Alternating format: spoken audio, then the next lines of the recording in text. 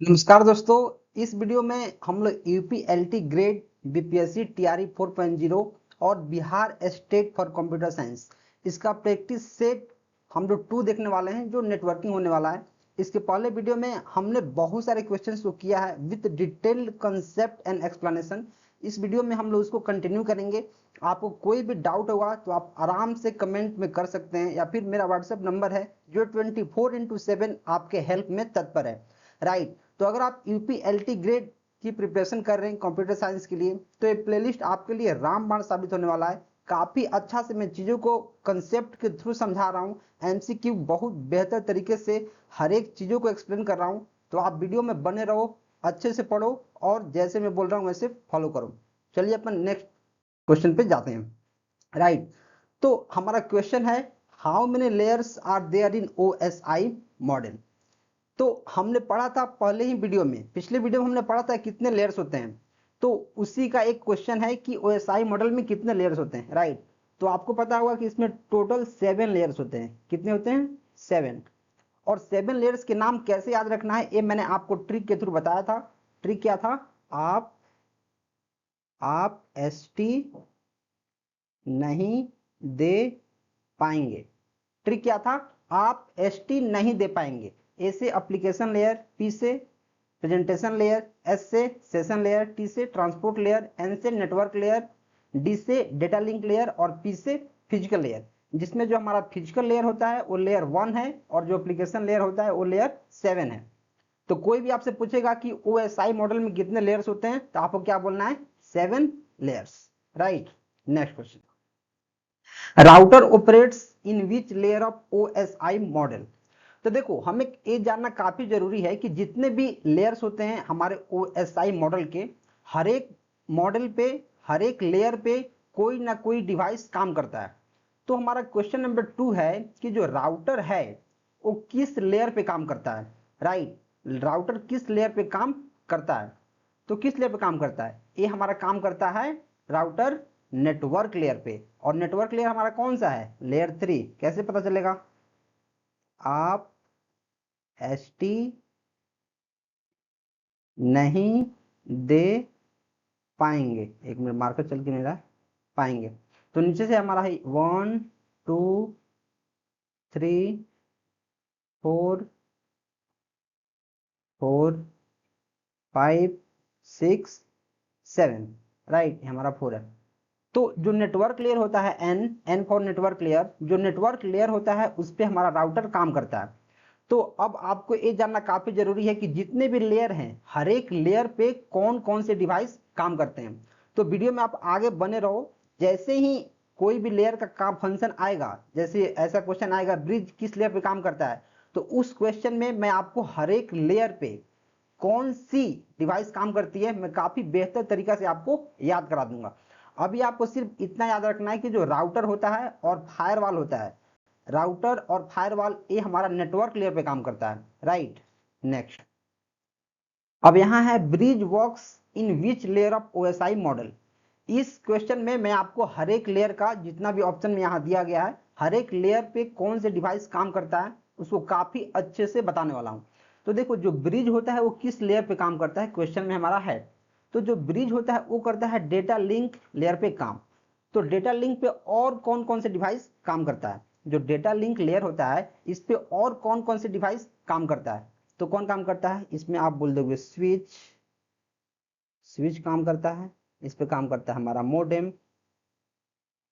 और ब्रिज तो काम करता ही है। तो वैसे ही एप्लीकेशन लेयर पे कौन कौन से हमारा डिवाइस काम करता है? तो इस पे काम करता है गेटवे। सबसे इंपॉर्टेंट हमारा क्या है? गेटवे। गेटवे और web server. Web server, web server या फिर आप इसको प्रॉक्सी सर्वर भी बोलते हो। Proxy server. देखो जो एप्लीकेशन लेयर है इस पे कौन कौन से डिवाइस काम करता है? गेटवे काम करता है, वेब सर्वर काम करता है और प्रॉक्सी सर्वर काम करता है। नेक्स्ट, ट्रांसपोर्ट लेयर पे कौन कौन से काम करता है? इस पे हमारा काम करता है गेटवे, गेटवे और फायरवॉल। फायरवॉल। देखो जो गेटवे होता है आपसे ऐसा क्वेश्चन पूछ सकता है कि कौन सा ऐसा डिवाइस है जो सातों के सातों लेयर पे काम करता है। तो वो होगा हमारा गेटवे, क्योंकि गेटवे एक ऐसा डिवाइस है जो OSI मॉडल के सातों लेयर पे काम करता है, राइट। नेटवर्क लेयर पे क्या काम करता है, तो नेटवर्क पे हमारा होगा राउटर, जो पहले क्वेश्चन में भी था, राउटर और हमारा फायरवॉल। जो फायरवॉल है वो ट्रांसपोर्ट और नेटवर्क दोनों लेयर पे काम करता है। तो इसको समराइज करता हूं, राइट। बोला है कि OSI मॉडल में किस लेयर पे कौन से डिवाइस काम करते हैं। तो जो डेटा लिंक लेयर है इस पे हमारा ब्रिज, स्विच, मॉडेम काम कर लिया। नेटवर्क पे क्या काम करेगा, राउटर और फायरवॉल। ट्रांसपोर्ट पे क्या काम करेगा, गेटवे और फायरवॉल। एप्लीकेशन पे क्या काम करेगा, गेटवे, वेब सर्वर, या वेब सर्वर को ही हम लोग प्रॉक्सी सर्वर बोलते हैं। तो 4 लेयर पे कौन से डिवाइस काम करते हैं हमने देख लिया। आगे के क्वेश्चन में जो 3 लेयर बच गया है वो भी आएगा, और उस पे भी कौन से डिवाइस काम करते हैं हम लोग उसको देखेंगे। आपको प्रॉपर अच्छे से नोट्स बनाना है, वीडियो को ध्यान से देखना है, और सोने से पहले एक बार फिर से वीडियो को देखना है या फिर नोट्स से रिवाइज करना है, तभी आपके दिमाग में ये हमेशा के लिए बैठेगा। Next question, question number 4, how many layers are there in TCP IP model. तो आपने जो मेरा प्रीवियस वीडियो देखा होगा लेक्चर नंबर 1, तो आपको पता चला होगा कि जो TCP IP मॉडल है, जो रियल लाइफ में यूज मॉडल होता है, उसमें 4 लेयर होते हैं। लेकिन अभी हम लोग मॉडर्न जमाना में है, कंप्यूटर साइंस काफी एडवांस हो चुका है, तो अभी जो हमारा TCP IP मॉडल है उसमें 5 लेयर होते हैं। कितने लेयर होते हैं, 5। पहले कितने लेयर होते थे, पहले 4 लेयर होता था, लेकिन अभी 5 लेयर हो रहा है। तो देखो पहले कौन कौन से लेयर था, इसको याद करने का हमने काफी बेहतर तरीका आपको बताया था, नीता अंबानी, NITA, ये 4 लेयर था। ए से एप्लीकेशन लेयर, मैं यहां लिख देता हूं, ए से एप्लीकेशन लेयर, ये पहले था, ये ओल्ड है, यहां ओल्ड लिख देता हूं, ओल्ड। टी से ट्रांसपोर्ट, मेरा मार्कर ही खराब हो गया, मैं मार्कर बदलूंगा कल की वीडियो से, ठीक है। आई से इंटरनेट लेयर, और एन से नेटवर्क लेयर, नेटवर्क में सिर्फ लिख देता हूँ नेटवर्क। ये हमारा ओल्ड वर्जन है, लेकिन अपडेटेड क्या है, अपडेटेड यहां लिखता हूँ, अपडेटेड 5 हो गया है। पहले कितना था, ओल्ड में 4 था, अपडेटेड में क्या है, एप्लीकेशन की जगह पे क्या है, एप्लीकेशन ही है, एप्लीकेशन की जगह पे यहाँ एप्लीकेशन ही है, एप्लीकेशन लिख देता हूँ, ठीक है। ट्रांसपोर्ट की जगह पे क्या है, ट्रांसपोर्ट ही है, ट्रांसपोर्ट। इंटरनेट की जगह पे क्या है, इंटरनेट की जगह पे हमारा आ गया है नेटवर्क लेयर। जो न्यू वर्जन है इसमें क्या आ गया है, नेटवर्क लेयर, एक मिनट, नेटवर्क लेयर। और जो नेटवर्क लेयर है ये हमारे 2 लेयर में डिवाइड हो गया है। एक हमारा है पहला डेटा लिंक लेयर, आप समझ लेना इसमें, डेटा लिंक। और एक और जो बटा है वो हमारा बटा है किसमें, फिजिकल लेयर। तो देखो अभी आपके एग्जाम में क्वेश्चन आएगा तो 80% लोग 4 मार्क के आने वाले हैं, क्योंकि वो काफी पुराने जमाने से पढ़ते आ रहे हैं कि जो TCP IP मॉडल होता है उसमें 4 लेयर होता है। लेकिन जो नया नहीं पढ़ पाया है वो 4 ही मार्क के आएगा। लेकिन मैं आपको काफी बेहतर तरीके से बता दिया हूं कि जो TCP IP मॉडल होता है उसमें 5 लेयर होते हैं। कैसे होते हैं, पहले हमारे 4 लेयर होते थे, लेकिन अभी जो नेटवर्क लेयर है उसको 2 लेयर में हमने डिवाइड कर दिया है, और वो बन गया है data link layer plus physical layer. तो इसके हिसाब से हमारा आंसर क्या हो जाएगा, मॉडर्न कंप्यूटर साइंस के हिसाब से आंसर हमारा 5 हो जाएगा, right. Next, repeater operates in which layer of the OSI model. बोल रहा है कि रिपीटर किस लेयर पे काम करता है। तो रिपीटर आपका काम करता है फिजिकल लेयर पे। तो फिजिकल लेयर पे और कौन कौन से डिवाइस काम करते हैं, राइट। तो हमारा क्या हो जाएगा, एक हो जाएगा रिपीटर, फिर हमारा हो जाएगा हब, रिपीटर हो गया, हब हो गया, और केबल्स। आप यहाँ केबल्स लिख लो। डेटा लिंक लेयर पे क्या क्या काम करता है मैंने आपको बताया है। एक मिनट मैं इरेजर लेता हूँ पहले,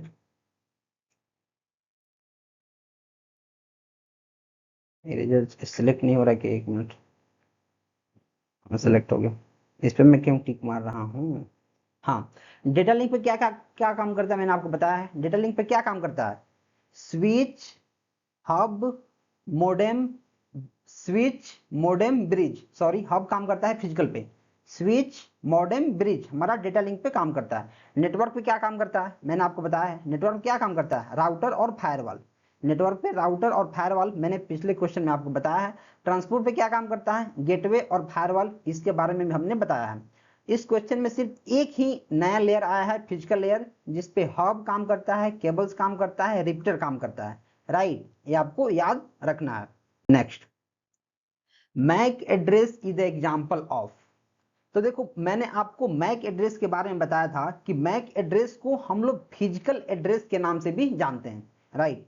मैक एड्रेस को हम लोग क्या जानते हैं, फिजिकल एड्रेस के नाम से जानते हैं। और जो मैक एड्रेस होता है वो किस लेयर पे काम करता है, ये हमारा काम करता है डेटा लिंक लेयर पे। अब आप बोलोगे कैसे, क्योंकि डेटा लिंक लेयर पे हमारा कौन कौन से डिवाइस काम करता है, स्विच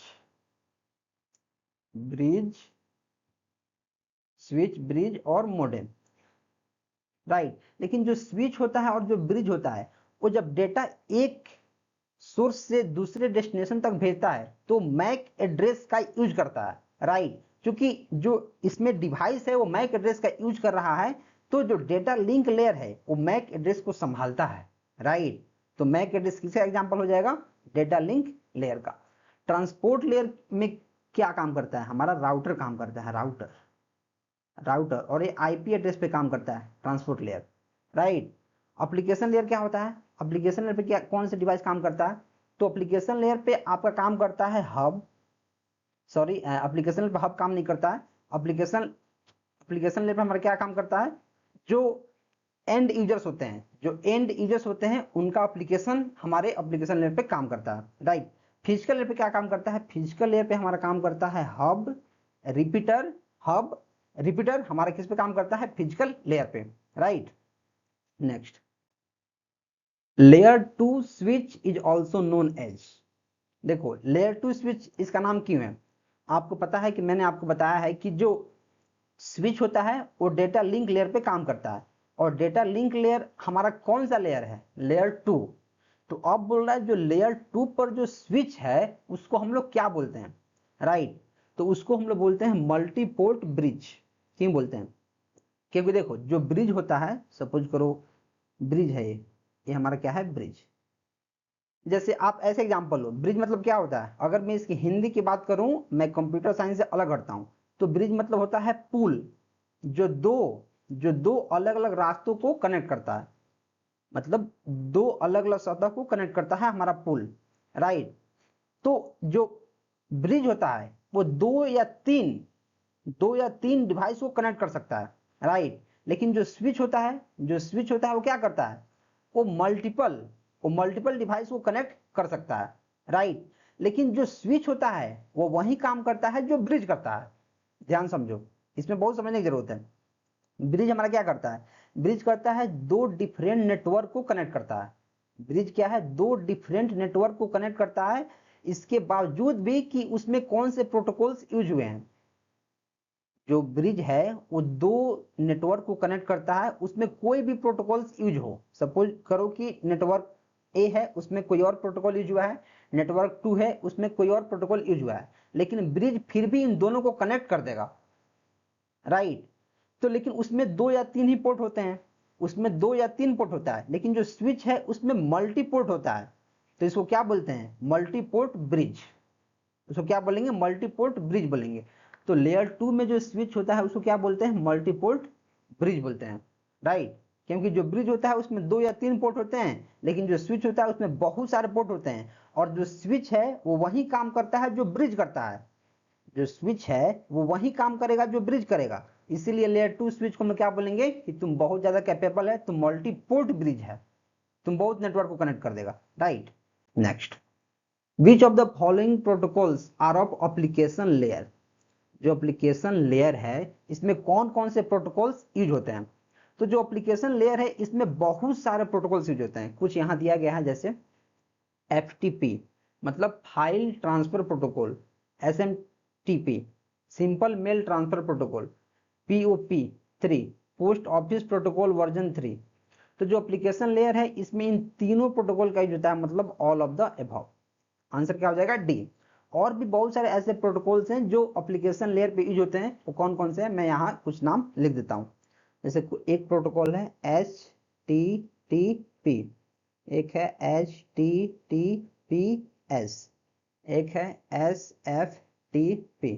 जब FTP यूज हो रहा है तो उसी का सिक्योर वर्जन यूज होगा और उसी का एक ट्रिवियल वर्जन यूज होगा, FTP, राइट। फिर हमारा होता है IMAP, internet message access protocol. फिर हमारा होता है DNS, फिर होता है DHCP, DHCP मतलब डायनेमिक होस्ट कॉन्फ़िगरेशन प्रोटोकॉल। फिर हमारा होता है टेलनेट, और फिर होता है हमारा SSH। ये हमारे इंपॉर्टेंट प्रोटोकॉल्स हैं जो एप्लीकेशन लेयर पे यूज होता है। इन सारे प्रोटोकॉल्स में से कोई भी आपके एग्जाम्स में पूछा जा सकता है। जैसे यहाँ प्रोटोकॉल पूछा गया है कि FTP किस लेयर पे काम करता है, तो आपको पता है कि एप्लीकेशन लेयर पे काम करता है। वैसे ही क्वेश्चन आपसे पूछ सकता है कि DHCP किस लेयर का प्रोटोकॉल है, SSH किस लेयर का प्रोटोकॉल है, राइट। ये सब मैंने आपको बता दिया है। और मैंने पिछले वीडियो में आपको ये भी बताया था कि जितने भी प्रोटोकॉल्स यहाँ लिखे हैं सब किस पोर्ट नंबर पे काम करते हैं। तो आप कमेंट में सबका पोर्ट नंबर हमें बता सकते हैं ताकि पता आपको चलेगा कि आपको याद है या फिर नहीं है, right. Next, which of the following protocols are of transport layer.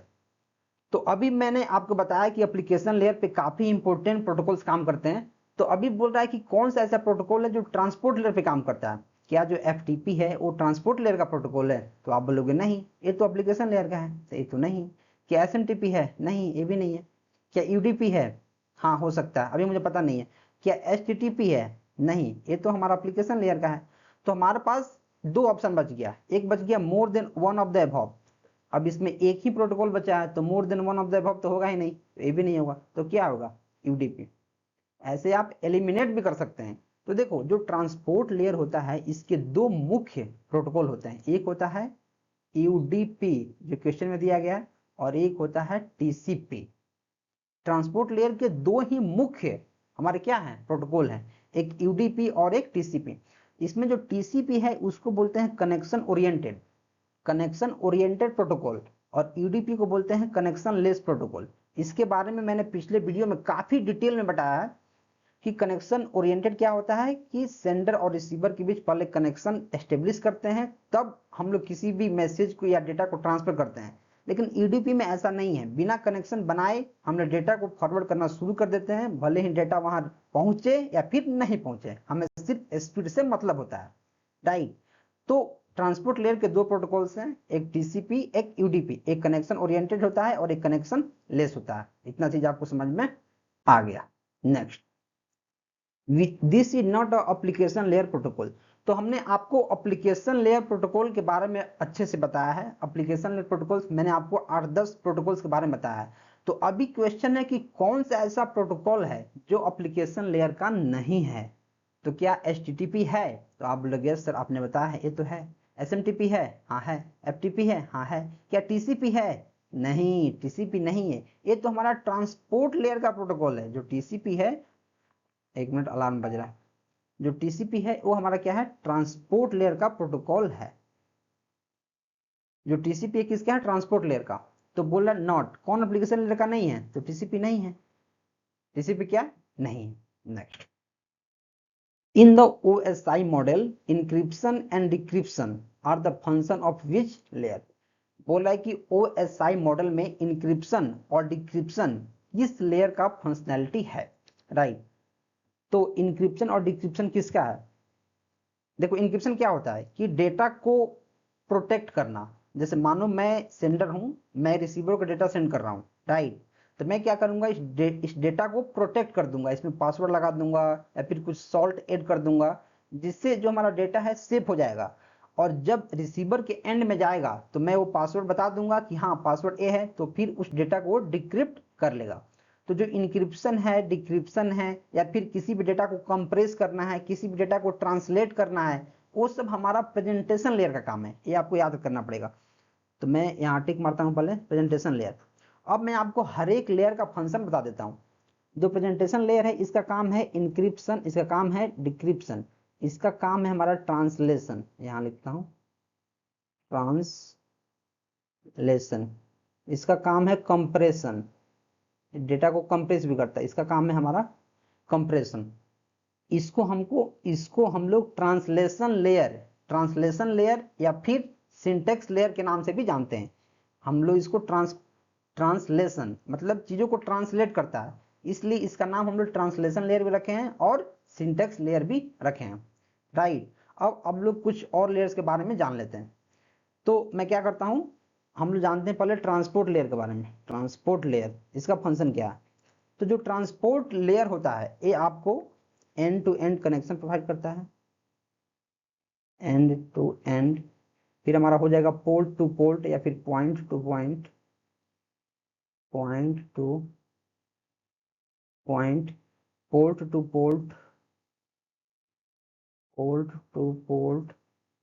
फिर हमारा होस्ट टू होस्ट, आप लिख सकते हैं, इसमें जगह नहीं है यहाँ मैं लिख देता हूँ, होस्ट टू होस्ट। अब एंड टू एंड क्या, जैसे एक सेंडर है एक रिसीवर है, तो इस एंड से लेके रिसीवर के एंड तक डेटा को सेंड करने का काम है। ट्रांसपोर्ट मतलब क्या होता है, किसी चीज को ढोना, तो इसका काम है डेटा को यहां से पकड़ के रिसीवर तक पहुंचाना। Point to point, port to port, host to host, ये सब किसका काम है? ट्रांसपोर्ट लेयर का काम है। सेशन लेयर का क्या काम है? मैं आपको सेशन के बारे में पहले ही बताता है कि इसका काम है सेशन मैनेजमेंट। कि जैसे मैंने आपको बताया था कि अगर आप किसी से वीडियो चैट कर रहे हैं तो एक सेशन क्रिएट होता है, राइट। किसी से आप वीडियो चैट अगर कर रहे हैं तो एक सेशन क्रिएट होता है, तो उसको मैनेजमेंट करने का काम करता है, मैनेज करने का। तो यहां लिखना काफी जरूरी है, सेशन मैनेजमेंट, सेशन मैनेजमेंट या फिर सिंक्रोनाइजेशन, चीजों को सिंक्रोनाइज करता है। एप्लीकेशन लेयर का क्या काम है? एप्लीकेशन लेयर, इसको हम लोग डेस्कटॉप लेयर भी बोलते हैं, डेस्कटॉप लेयर। और इसका फंक्शन क्या है? जो एंड यूजर होता है वो काफी अच्छे से चीजों को यूज कर पाए, तो इसको हम लोग ये बोलते हैं use by and users, used by and users. और ये मेल सर्विस में भी काम करता है, मेल सर्विसेज, राइट। तो आपको चीजों को काफी बारीकी से समझना है। क्या समझना है? कि in the OSI model encryption and decryption किसका फंक्शन है? ये हमारा किसका फंक्शन है? प्रेजेंटेशन लेयर का। प्रेजेंटेशन लेयर का और क्या क्या फंक्शन है? चीजों को ट्रांसलेट करना, चीजों को कंप्रेस करना, इसको हम लोग ट्रांसलेशन लेयर के नाम से जानते हैं, इसको हम लोग सिंटेक्स लेयर के नाम से भी जानते हैं, ठीक है। ट्रांसपोर्ट लेयर क्या है भाई? इसका फंक्शन क्या है? A end to end message की डिलीवरी करता है, पॉइंट टू पॉइंट करता है, पोर्ट टू पोर्ट करता है, होस्ट टू होस्ट करता है, राइट। सेशन लेयर का क्या काम है? सेशन को मैनेज करता है, सिंक्रोनाइजेशन का काम करता है। एप्लीकेशन लेयर का क्या काम है? डेस्कटॉप लेयर इसको बोलते हैं। जो एंड यूजर्स होते हैं, जैसे हम लोग यूजर्स हो गए, जो हम लोग एंड में चीजों को यूज करते हैं, तो ये हमारे लिए होता है। मेल सर्विसेज में इसका यूज होता है, जैसे हमारा प्रोटोकॉल है SMTP, जो मेल सेंड करने के लिए और मेल को मैनेज करने के लिए काम आता है, वो भी हमारा एप्लीकेशन लेयर काम करता है, राइट। नेक्स्ट, और इसके पहले मैं वीडियो में आगे बढ़ूं, मैं आपको काफी बेहतर एक ई बुक से बताने वाला हूं।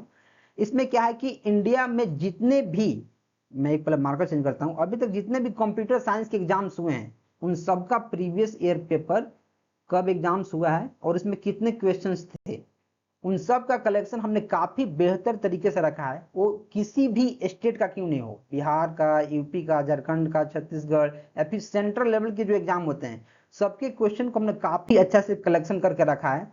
जो अप्रोक्स सारे क्वेश्चंस को मिलाकर अप्रोक्स 9000 क्वेश्चन का कलेक्शन बन रहा है। जो कंप्यूटर साइंस के जो 15 फंडामेंटल सब्जेक्ट्स हैं, सब में से काफी अच्छे से क्वेश्चन को अरेंज किया गया है। जितने भी एग्जाम्स अभी तक कंप्यूटर साइंस के हुए हैं उन सबको मर्ज करके, और एक PDF आपको डिस्क्रिप्शन में मिल जाएगा। अभी ऑफर प्राइस में सिर्फ 55 रुपीज में आप इसको ले सकते हैं, और आप इसका प्रिंट आउट भी करा सकते हैं या फिर ऐसे ही लैपटॉप से या फोन से पढ़ सकते हैं। काफी ऑर्गेनाइज तरीका में दिया गया है। तो अभी आप डिस्क्रिप्शन में लिंक है, वहां से जाके ले लो, अच्छे से प्रैक्टिस करो, क्योंकि आज जब मेहनत अपन कर ही रहे हैं तो ऐसे मेहनत करें कि सिलेक्शन हो जाए। सिर्फ ऐसे वीडियो देखते रहेंगे और सिर्फ पढ़ते रहेंगे और सिलेक्शन नहीं होगा तो कोई मतलब नहीं है, right. End of the day selection matter करता है। तो आप इस ई बुक को ले सकते हो, काफी अच्छे से मेहनत करके प्रैक्टिस कर सकते हो, ताकि एक भी नंबर आपका नहीं कट पाए। लिंक इसका डिस्क्रिप्शन में आपको देखने को मिल जाएगा, या फिर किसी भी वक्त 24/7 आप मेरे व्हाट्सएप नंबर पे मुझे मैसेज कर सकते हो, ई बुक का लिंक हमसे मांग सकते हो। डिस्क्रिप्शन में लिंक दिया गया, जाओ चेकआउट करो और इसको ले लो। मैं वीडियो में आगे बढ़ता हूँ और नेक्स्ट क्वेश्चन को आपको बताता हूँ। राइट, मैं क्या करता हूँ, मार्क को फिर से सेलेक्ट कर रहा हूँ और क्वेश्चन है who developed standards for the OSI reference model. बोला है कि ओएसआई जो रेफरेंस मॉडल है उसके स्टैंडर्ड्स को किसने डेवलप किया। तो देखो, मैंने आपके पहले वीडियो में ही बताया था आपको कि जो ओएसआई मॉडल है इसको पलट दो। ओएसआई मॉडल को किसने बनाया है, देखो यहाँ ओएसआई मॉडल को किसने बनाया है, इसको पलट दो, पहले आ जाएगा आईएसओ। आईएसओ बनाया है। आईएसओ मतलब इंटरनेशनल स्टैंडर्ड ऑर्गेनाइजेशन या फिर इंटरनेशनल स्टैंडर्डाइजेशन ऑफ ऑर्गेनाइजेशन।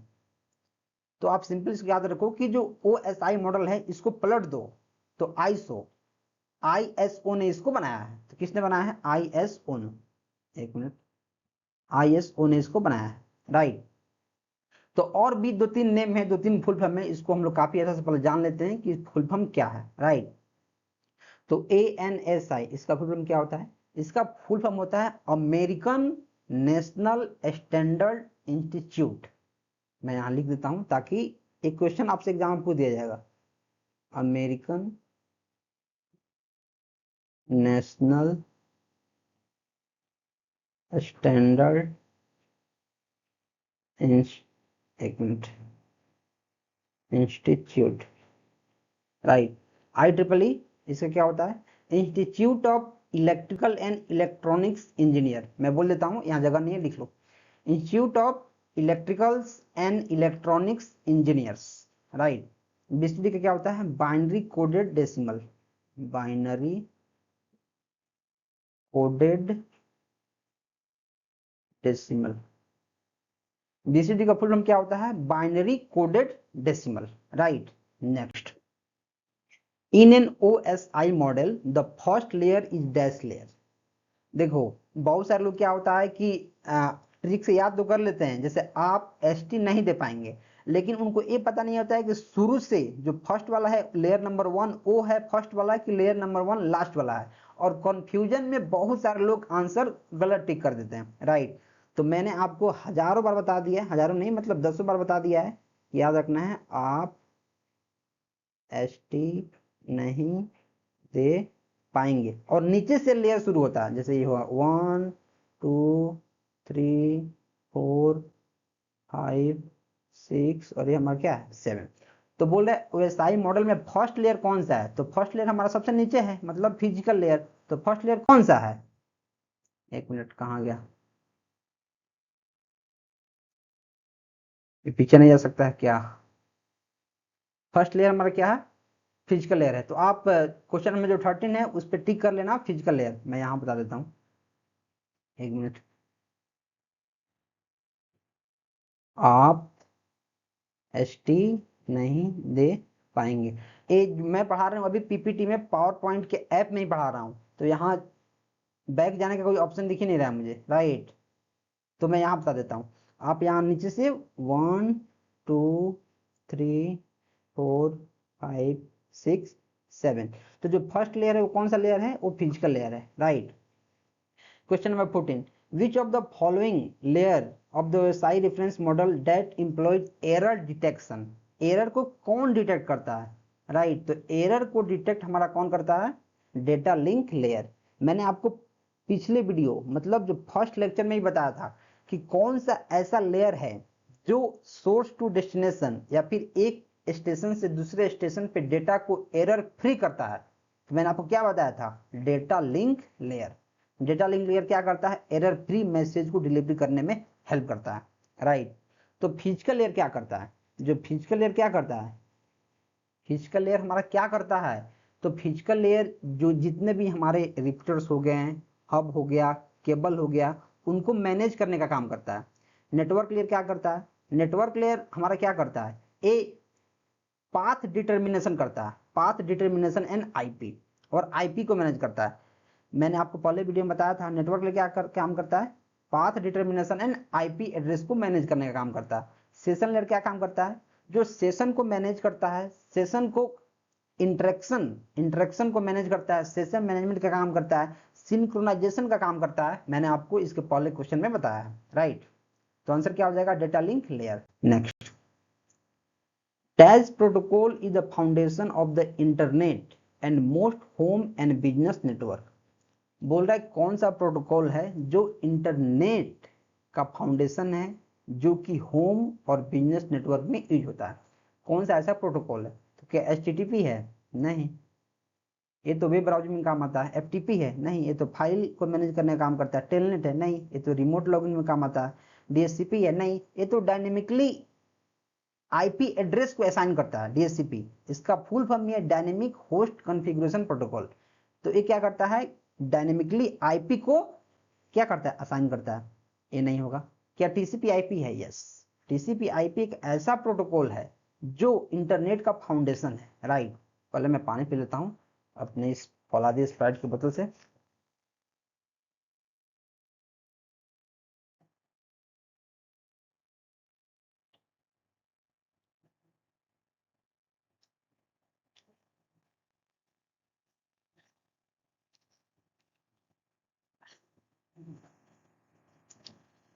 देखो, जो HTTP होता है वो हमारा क्या करता है, वेब ब्राउजिंग में काम आता है। FTP क्या होता है, एक फाइल ट्रांसफर प्रोटोकॉल है जो फाइल को मैनेज करता है कि फाइल कैसे ट्रांसफर होगा, कैसे करना होगा, कौन से सर्वर पे काम करेगा।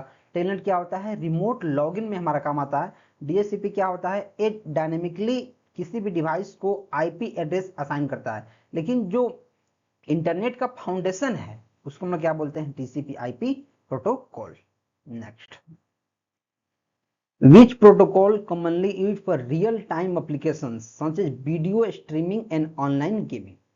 बोल रहा है कि कौन सा ऐसे प्रोटोकॉल है जो रियल टाइम के जितने एप्लीकेशंस होते हैं, जैसे वीडियो स्ट्रीम करना, जैसे यूट्यूब पे हम लोग लाइव स्ट्रीम करते हैं, या फिर ऑनलाइन गेम खेलते हैं यूट्यूब पे, उसको स्ट्रीम करते हैं।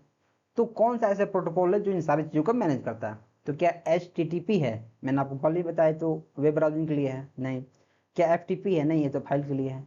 क्या UDP है, अभी मुझे पता नहीं है कि है कि नहीं। क्या DHCP है, नहीं, क्योंकि ये तो हमारा डायनेमिकली IP एड्रेस को असाइन करता है डिवाइसेस को। क्या TCP/IP है, नहीं। तो एक बच गया, आप इसको एलिमिनेट करके भी मार सकते हो। जब एक क्वेश्चन के अंदर बहुत सारे ऑप्शन दिए रहते हैं और उनमें से बहुत सारे ऑप्शंस आपको पता होता है कि इसका आंसर एग्जैक्ट A होने वाला है, राइट, तो उस केस में आप क्या कर सकते हो, एलिमिनेशन मेथड का यूज कर सकते हो। जैसे हमें चार जो प्रोटोकॉल हैं उसके बारे में हमें पता है, लेकिन पांचवा प्रोटोकॉल UDP के बारे में पता नहीं है। तो मुझे पता है कि जो वीडियो स्ट्रीमिंग है, ऑनलाइन गेमिंग है, वो HTTP तो नहीं है, वो FTP तो नहीं है, वो DHCP तो नहीं है, वो TCP/IP तो नहीं है। जब ये चारों नहीं है तो कौन है, UDP बच गया, वो है। तो UDP क्या काम करता है, हमारा रियल टाइम एप्लीकेशन सच वीडियो स्ट्रीमिंग और ऑनलाइन गेमिंग में हेल्प करता है। Next, dash protocol use for real time communication through text message. देखो, रियल टाइम जहां टेक्स्ट मैसेज का बात आया, तो क्या HTTP है, नहीं, ये तो वेब ब्राउजिंग के लिए है। TCP/IP है, नहीं। क्या SNMP है, नहीं, ये मुझे नहीं पता, मुझे इसका फुल फॉर्म में नहीं पता, तो मैं अब इसको भी छोड़ दूंगा। क्या ICMP है, नहीं पता। क्या IRC है, नहीं पता। तीन ऑप्शन में मैं क्या हुआ, मैं अटक गया। तीन ऑप्शन में मैं क्या हुआ, अटक गया। तो सबसे पहले मुझे इसका फुल फॉर्म याद करना पड़ेगा, SNMP। तो क्या होगा इसका, सिंपल नेटवर्क मैनेजमेंट प्रोटोकॉल। मैं यहां लिखता हूं पहले, सिंपल नेटवर्क मैनेजमेंट प्रोटोकॉल। देखो, ऐसे क्या होगा कि आपको इतना तो पता चल गया कि ये दोनों ऑप्शन नहीं होने वाले हैं, ये दोनों ऑप्शन नहीं होने वाले हैं, इन तीनों में से कोई भी होगा, राइट, इन तीनों में से कोई भी होगा। तो इन तीनों का आपको फुल फॉर्म और अगर फंक्शन पता है तब आप चीजों को कर पाएंगे। अगर आप पहली बार पढ़ रहे हैं, आपको नहीं पता है SNMP क्या है, तो मैं आपको पहले बता देता हूं SNMP क्या है, ICMP क्या है, IRC क्या है, फिर आपको पता चल जाएगा कि किसका फंक्शन क्या है, और ऑनलाइन रियल टाइम कम्युनिकेशन या फिर टेक्स्ट मैसेजिंग में कौन सा हमारा प्रोटोकॉल यूज होता है, राइट। तो ये क्या करता है, जो SNMP क्या होता है, सिंपल नेटवर्क मैनेजमेंट प्रोटोकॉल।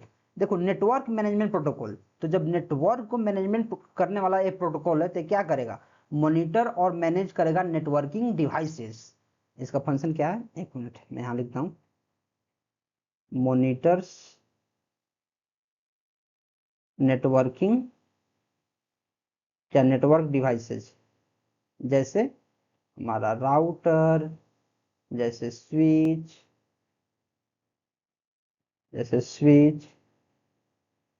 जितने भी नेटवर्किंग डिवाइसेज हैं, जैसे राउटर हो गया, स्विच हो गया, मॉडेम हो गया, उन सबको मॉनिटर करता है और मैनेज करता है, राइट। क्योंकि इसके फुल फॉर्म में ही है simple network management protocol, SNMP, simple network management protocol, मतलब नेटवर्क को मैनेज करने वाला प्रोटोकॉल। तो क्या ये हमारा टेक्स्ट मैसेज में काम आ रहा है? जैसे मैंने इसका फुल फॉर्म पता किया तो हमें पता चल रहा है कि ये तो नेटवर्क के जो डिवाइसेज हैं उनको मैनेज करने का काम करता है, ये तो टेक्स्ट मैसेज में काम नहीं आ सकता है। तो मैं क्या करूंगा, इसको काट दूंगा। ICMP का फुल फॉर्म क्या है? इसका फुल फॉर्म क्या है? इसका फुल फॉर्म है internet control message protocol. Internet control message protocol. देखो, अब इसके नाम में भी छुपा है, बोल रहा है कि internet control message protocol. Control message, तो क्या ये मैसेज करने देगा? हमें तो कम्युनिकेशन की बात हो रहा है, लेकिन ये तो कंट्रोलिंग का काम कर रहा है, तो क्या ये करने देगा? नहीं, इसका काम होता है एरर मैसेज को सेंड करना। इसका क्या काम होता है? इसका काम होता है एरर मैसेज को सेंड करना इंटरनेट पे। तो ये तो नहीं होगा, एरर मैसेज में थोड़ी सेंड करना है, नहीं करना है। IRC, इसका होता है इंटरनेट रिले चैट। इसका फुल फॉर्म क्या होता है? Internet relay chat. Internet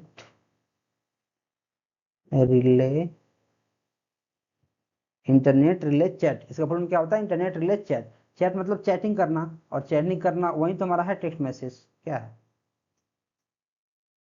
IRC, इसमें हमारे कितने 5 प्रोटोकॉल दिया गया है, राइट। तो आपको इसमें से 2 प्रोटोकॉल तो आपको पता था, लेकिन बाकी 3 के बारे में पता नहीं था। तो बाकी 3 के बारे में हमने काफी बेहतर से आपको बता दिया। आप फुल फॉर्म को अगर याद रखोगे तो बहुत सारी चीजें तो वहीं पे सॉल्व हो जाएंगी, राइट। तो इसका आंसर क्या हो जाएगा? IRC। Next, dash protocol automatically assigns IP address and network configuration setting to devices on network. मैंने इसके बारे में आपको बताया हुआ है कि कौन सा ऐसा प्रोटोकॉल है जो ऑटोमेटिकली IP एड्रेस को डिवाइसेस को क्या करता है? असाइन करता है। तो मैंने आपको पिछले क्वेश्चन में ही बताया क्या होता है DHCP। इसका फुल फॉर्म क्या होता है? Dynamic host configuration protocol. DHCP एक ऐसा प्रोटोकॉल है जो ऑटोमेटिकली IP एड्रेस को डिवाइसेस को क्या करता है? असाइन करता है। कैसे? देखो, जैसे सपोज कर लो 1 2 3 4 5, ऐसे करके हमारे पास हजारों कंप्यूटर हैं। ए से लेके सपोज कर लो जैसे 1000 हमारे पास कंप्यूटर है, और ये सब हमारा क्या है? एक नेटवर्क से कनेक्टेड है। हम चाहते हैं सबसे कम्युनिकेशन करें, तो हर एक कंप्यूटर को एक IP एड्रेस हमें असाइन करना होगा। तो अगर मैं हर एक कंप्यूटर को मैनुअली IP एड्रेस असाइन करूंगा तो हमें लगेगा बहुत सारा टाइम, क्योंकि मैं हूं अकेले और 1000 कंप्यूटर है। अगर एक कंप्यूटर को IP एड्रेस असाइन करने में, सारा कॉन्फ़िगरेशन सेटिंग करने में 1 मिनट भी लगता है, तो हमें लग जाएंगे 1000 मिनट, जो काफी टाइम कंज्यूमिंग है, राइट। तो उसके लिए हम लोग क्या करेंगे? एक DHCP प्रोटोकॉल होता है, उसका हेल्प लेंगे। वो क्या करेगा? इस नेटवर्क में जितने भी कंप्यूटर हैं, जैसे 1000 कंप्यूटर है, तो 1000 IP एड्रेस को रेंडमली इन सब में एलोकेट कर देगा, डायरेक्ट असाइन कर देगा। इसका काम यही है, राइट। DHCP और TCP/IP क्या होता है आपको पता है, हमने पिछले क्वेश्चन हमने पढ़ा है। SNMP क्या होता है मैंने आपको बताया है। SNMP क्या होता है? Simple network management protocol. तो ये तो आंसर इसका नहीं होगा। ICMP क्या होता है? Internet control message protocol. Internet control message protocol, ये भी नहीं है। IRC क्या होता है? इंटरनेट रिले चैट, ये भी हमारा नहीं है। तो क्या होगा? DHCP, ये हमारा क्या हो जाएगा इसका answer. Next, which protocol allows users to download emails from the server to their local devices। जैसे बोल रहा है कि कौन सा ऐसा प्रोटोकॉल है जो यूजर्स को अलाउ करता है कि जो मैसेज है, मतलब जो मेल है, जो ईमेल है, वो अपने लोकल डिवाइस में वो सेव कर सकते हैं, डाउनलोड कर सकते हैं। तो इसका आंसर क्या होगा? इसका आंसर होगा POP3, post office protocol. DHCP क्यों नहीं होगा? क्योंकि यार ये तो आईपी एड्रेस असाइन करता है। टीसीपी क्यों नहीं होगा? ये तो इंटरनेट का बैकबोन है। आईएमपी क्या होगा? Internet message access protocol, IMAP, internet message access protocol. SMTP क्या होता है? सिंपल मेल ट्रांसफर प्रोटोकॉल, ये तो मैसेज भेजने के लिए जो होता है, तो ये तो नहीं होगा। IMAP, internet message access protocol, ये क्या करता है? पहले मैं इसका फुल फॉर्म लिखता हूँ, internet message access protocol. Access protocol दोनों अलग है। देखो इसमें क्वेश्चन किया गया कौन सा डाउनलोड करने में हेल्प करता है, मतलब डाउनलोड आप करोगे तो ही आप मेल को देख पाओगे, तो ये करता है पोस्ट ऑफिस प्रोटोकॉल। लेकिन जो आईएमएपी होता है इसमें मेल को डाउनलोड करने की जरूरत नहीं पड़ती है, उसको आप ऑनलाइन ही देख सकते हो। जैसे आज के ज़माने का जो मेल सिस्टम है, जैसे किसी को मैं जीमेल पर कोई भी मेल सेंड कर रहा हूँ तो उसको डाउनलोड करने की, हमारे जितने भी टेक्स्ट मैसेज है उसको डाउनलोड करने की ज़रूरत नहीं है, वो ऐसे ही उसके प्रीव्यू में देख सकता है बिना डाउनलोड किए। तो जो आईएमएपी है वो बिना डाउनलोड किए ही मेल को देखने में सक्षम होता है, राइट। जो हमारे मेल सर्वर को काफ़ी अच्छे से एक्सेस कर सकता है, मैनेज कर सकता है, और इसमें no need to download email, इसमें ईमेल को डाउनलोड करने की ज़रूरत नहीं पड़ती है, आप ऑनलाइन ही इसके हेल्प से, आईएमएपी की हेल्प से देख सकते हो, right. Next, which protocols allow users to view and manipulate emails on the server without downloading items? देखो आज का जो मेल सिस्टम है वो इसी प्रिंसिपल पे काम करता है कि हमें डाउनलोड करने की जरूरत नहीं पड़ती है, हम लोग ऑनलाइन ही चीजों को देख सकते हैं। तो अभी मैंने बताया क्या, IMAP, internet message access protocol. क्या डीएचसीपी है? नहीं, ये तो डायनेमिकली हमारा क्या करता है, आईपी एड्रेस को बहुत सारे डिवाइसेस को क्या करता है, असाइन करता है, ये तो नहीं है, ये तो हमारा बैकबोन है इंटरनेट का, नहीं है। पीओपी क्या है? पीओपी हमारा क्या है, पोस्ट ऑफिस प्रोटोकॉल। जो मेल सर्वर को डाउनलोड आप करोगे, जो मेल सर्वर से मैसेज आएगा उसको आप डाउनलोड करोगे तो ही आप इसको मेल को पढ़ सकते हो। तो ये हमारा तो यहाँ बोल रहा है विदाउट डाउनलोड, तो पीओपी 3 तो नहीं होगा। एसएमटीपी ये तो मेल सेंड करने के लिए होता है, सिंपल मेल ट्रांसफर प्रोटोकॉल, इसके फुल फॉर्म में ही छुपा है कि simple mail transfer protocol, transfer transfer, तो ये तो हमारा नहीं होगा। तो क्या होगा, IMAP, internet message access protocol, right. Next, which protocol uses SSL TLS encryption to protect the confidentiality and integrity of data transmitted? जैसे ही SSL मतलब secure socket layer, secure socket layer, secure socket layer, SSL का बात आएगा, मतलब हमें चीजों को secure करना है, तो क्या एचटीटीपी हो जाएगा? नहीं। क्या एचटीटीपीएस हो जाएगा? एस मतलब secure, yes.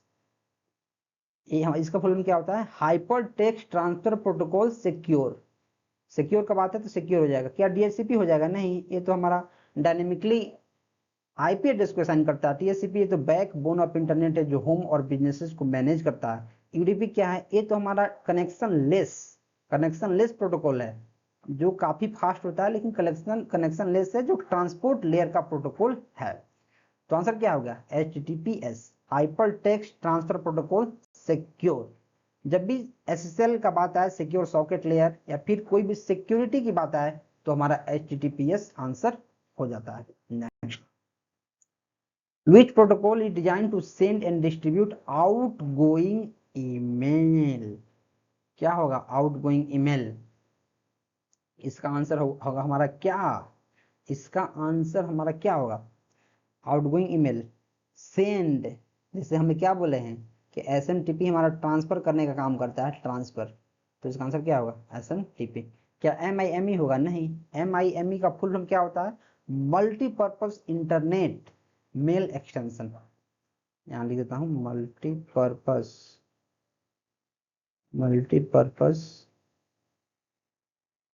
Internet mail extension. ये हमारा क्या करता है, जो मल्टीपर्पज इंटरनेट मेल एक्सटेंशन क्या करता है, use to send non text content. मैं यहाँ लिख देता हूँ, यूज टू सेंड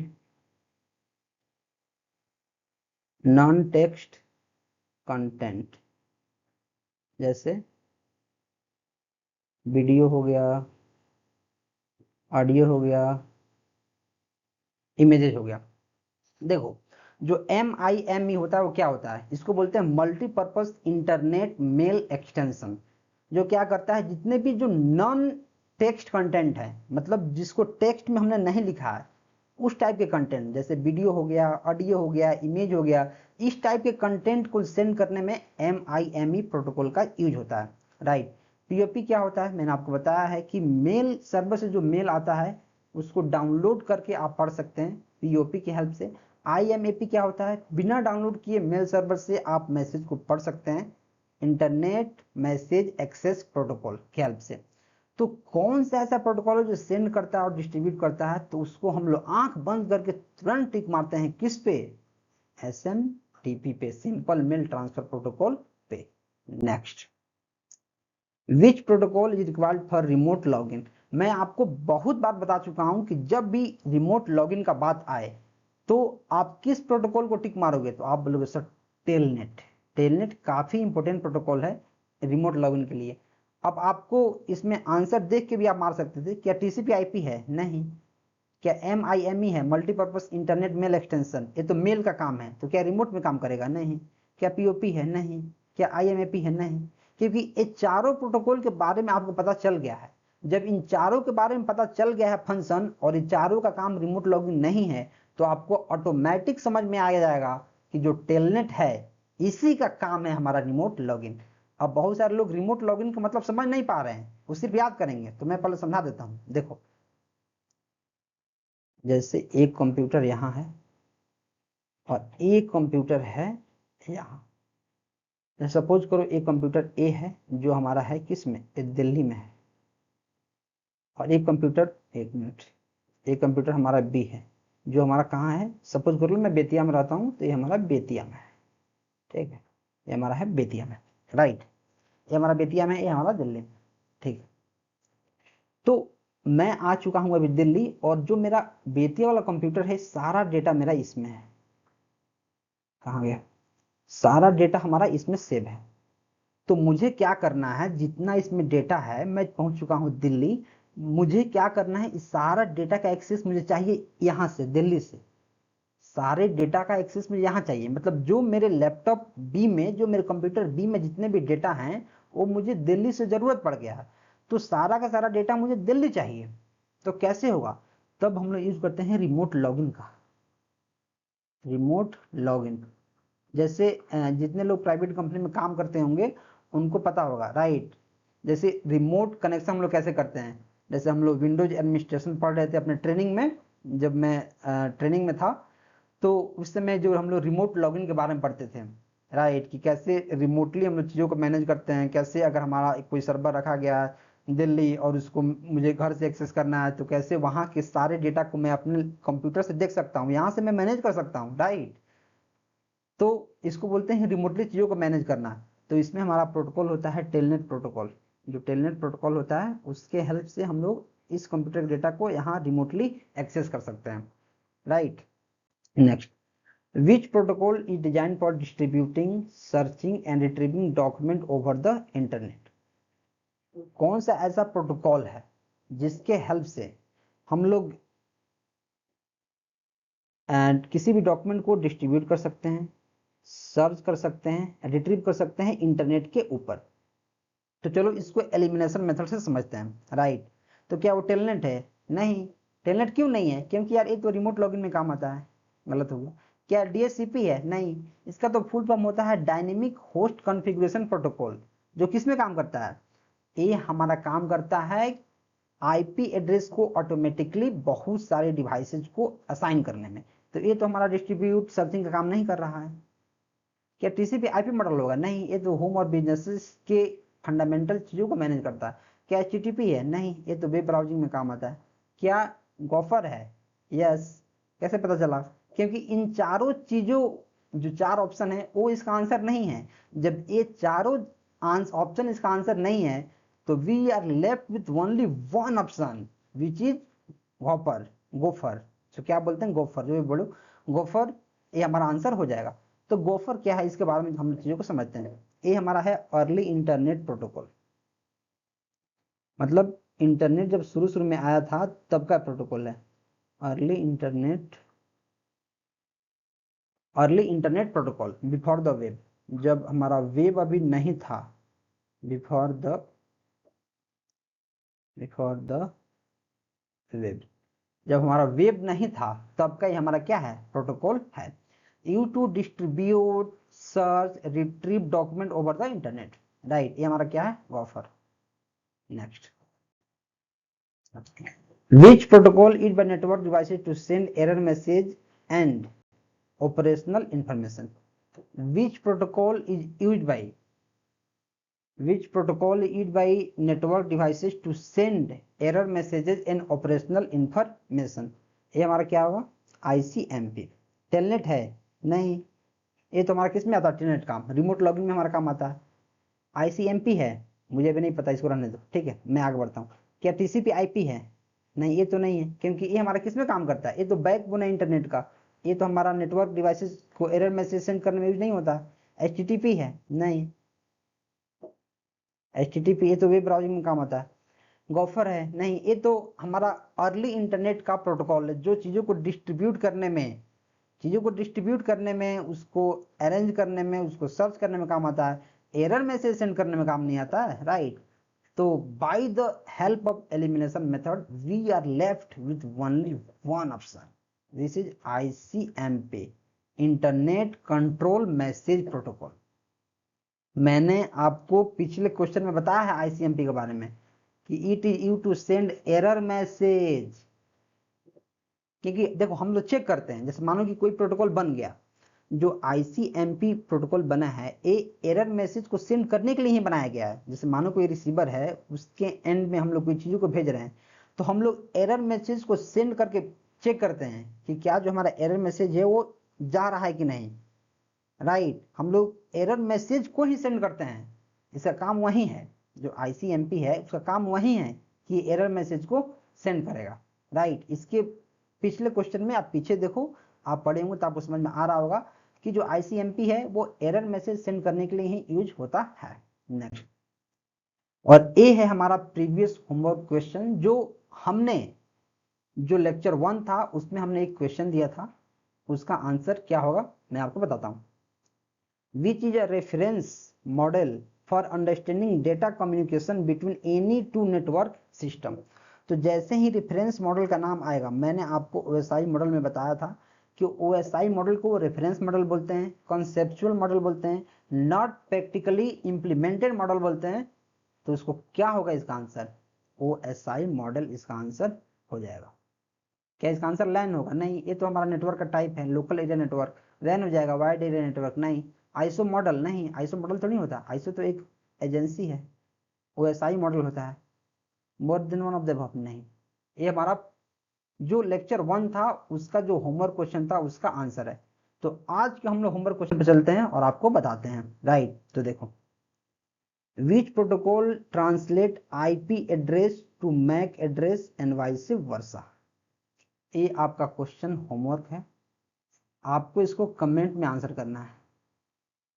आप इसको सर्च करो और कमेंट में आंसर करो विथ प्रॉपर एक्सप्लेनेशन कि कैसे चीजें काम कर रही हैं। IP एड्रेस को मैक एड्रेस में अगर अपन बदल रहे हैं तो कैसे चीजें काम कर रही हैं, उसका एक्सप्लेनेशन आपको लिखना काफी जरूरी है, तभी चीजें समझ में आएंगी। ये आपका होमवर्क क्वेश्चन है। और मैं आपको एक बार फिर से याद दिलाऊंगा कि यार हमारा ई-बुक मार्केट में लॉन्च हो चुका है 9000 से ज्यादा क्वेश्चन के साथ, जो भी मात्र आपको 55 रुपीज में देखने को मिल रहा है। इसका दाम कभी भी बढ़ के 100 हो सकता है, 200 हो सकता है, और मैक्स 250 तक इसका दाम हो सकता है कभी भी। तो डिस्क्रिप्शन में लिंक है, आप अभी कभी ई-बुक को चेक करो, और जितने भी क्वेश्चन हैं, सपोज उसमें 9000 क्वेश्चन है, 9000, आपको क्या करना है, रोज के 200 क्वेश्चन को शुरू से, रोज के 200 क्वेश्चन को शुरू से पढ़ना है, जितना एक्सप्लेनेशन दिया गया उतना पढ़ना है, उसको याद कर लेना है, और 45 डेज में आप इस ई-बुक की बैंड बजा देंगे। 45 डेज में आप इस ई-बुक की बैंड बजा देंगे और सारा का सारा क्वेश्चन आपको याद हो गया रहेगा।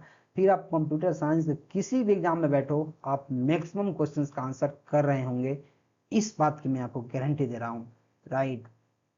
तो डिस्क्रिप्शन में लिंक है, आप ईबुक को अभी कभी चेक करो। कोई भी डाउट है तो आप इस नंबर पे अभी कभी मैसेज करो ईबुक से रिलेटेड।